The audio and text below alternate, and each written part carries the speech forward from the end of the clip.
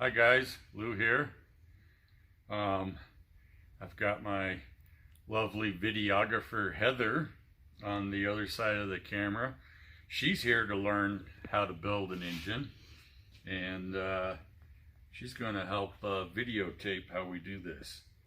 So as you remember, this is the block for Kelly's Curse, Diggs's Jeep, and it's a CJ2A block, and it's all been machined. And in video number 1 I showed you how I clean it after the machine shop. And so now we're getting ready to prep to install the bearings, and then make sure that the bearings are sized correctly to the crank. So my machinist is a real good guy, but I've learned over the years, you always double check, and then that way you can stop the process right there, take it back to the machine shop, and he can go, oh, I goofed up, and he'll fess up to his mistakes.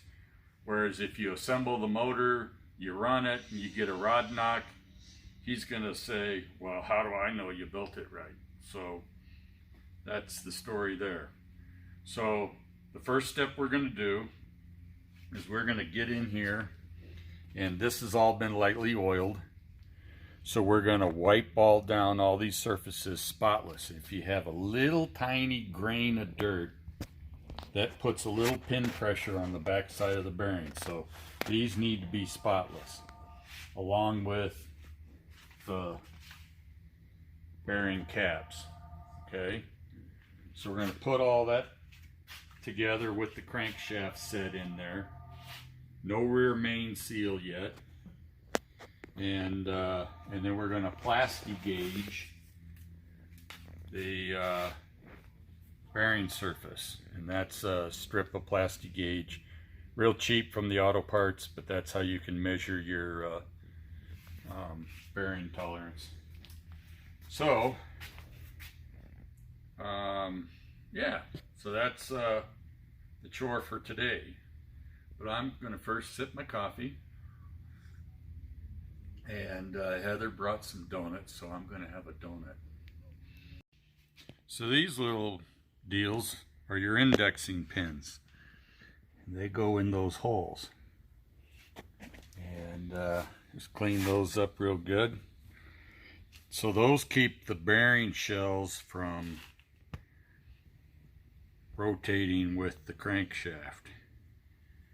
And I've heard of people forgetting those, where they send them to the machine shop without removing those, and they come back from the machine shop without them. That's a common occurrence. And the machinist goes, huh? No, they weren't there. And you go, yeah, they were.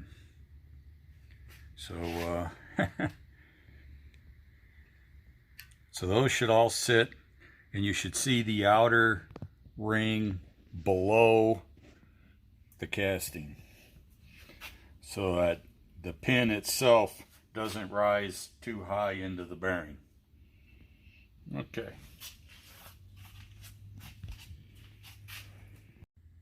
All right, so we'll install the front main bearing. Everything's wiped clean. The back of the shell is spotless. And our indexing pin's in there. So we just very carefully line it up. Bring it down nice and even from both sides. And then it should just drive home. Okay. So the pin, if installed right, won't stick up beyond the shell. The oil hole is there to give it an oil supply. And now we'll do that for all the bearings. Okay, so we've got 3 bearing shells in. And if you'll note, the oil ports are all lined up so they can get oil. And then what I want to do is I put a little light coat of motor oil on there. Just a real light, thin layer.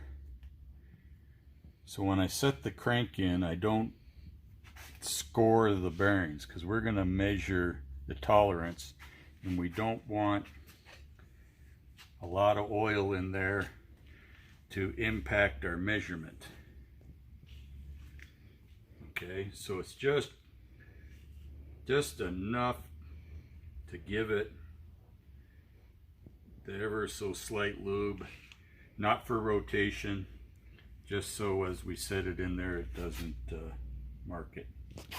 Okay, crankshaft needs cleaned out just like the engine block. So little carb cleaner, rifle brush. Think of all the fine material from the cleaning or the machining process, and I can see right there some little tiny metal flakes. Okay, so we're gonna just chase those oil ports all around.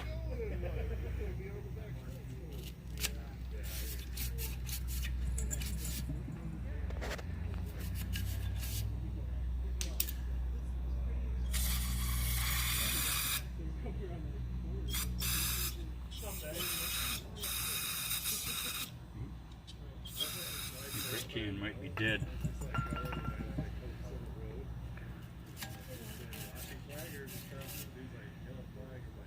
See that little piece of metal? Metal flakes. That's why you got to clean. Alright, let me get some more carb cleaner and we'll finish this chore. Okay, so you can see the 3 bearing shells are all in, and they all have a light coat of oil, very light, wiped out so it doesn't change the tolerance. The crankshaft's been cleaned. All the oil galleys in there have been cleaned. Amazing amount of metal inside those passages. Okay, so then we want to set the crank into position. Just carefully lower it down into those bearing shells, just like that. Okay, so you can see there's a little end play. All right, that end play gets adjusted when we put the timing gear on. So one of our steps will be putting the timing gear on, then sliding this fore and aft with the dial gauge and measuring the end play. So, but we're at a hold because our bearing caps take 2 pins, bingo bingo, and we don't have those pins. They were missing in the previous build, so I got to order up 2 pins. So we're dead in the water for a little while, but one step you want to do, hang on just a second.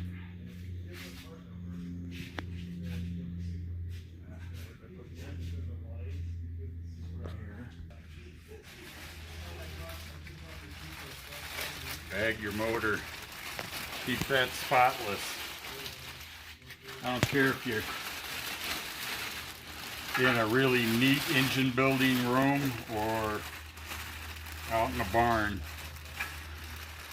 Dirt is your enemy. Okay, so Lou and Heather signing off, and we'll get back with you on the next step.